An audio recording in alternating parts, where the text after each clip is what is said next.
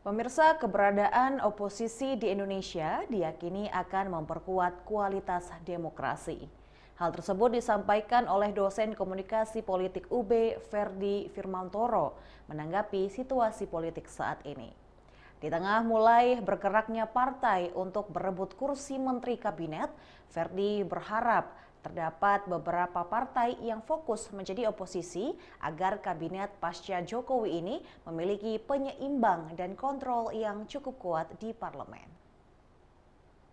Demokrasi di Indonesia membutuhkan oposisi untuk memperkuat kualitas demokrasi itu sendiri. Oposisi akan terwujud jika terdapat partai yang berperan dengan tidak masuk dalam koalisi pemerintah. Pasca hasil rekapitulasi nasional KPU saat ini, partai mulai bergerak untuk menyodorkan nama masuk kabinet.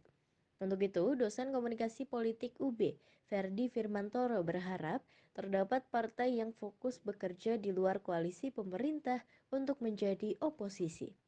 Kuat demokrasi.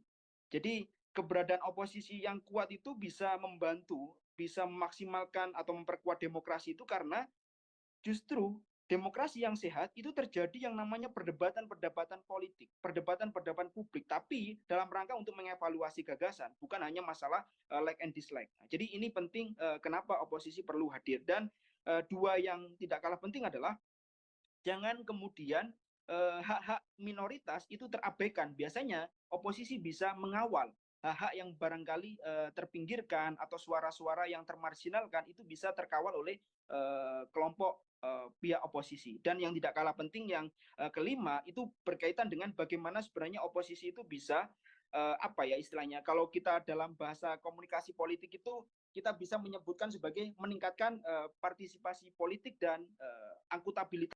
Keberadaan oposisi ini penting dalam demokrasi Indonesia agar dapat berjalan dengan baik. Oposisi selain melakukan kontrol penyeimbang juga dapat meningkatkan partisipasi publik dalam demokrasi.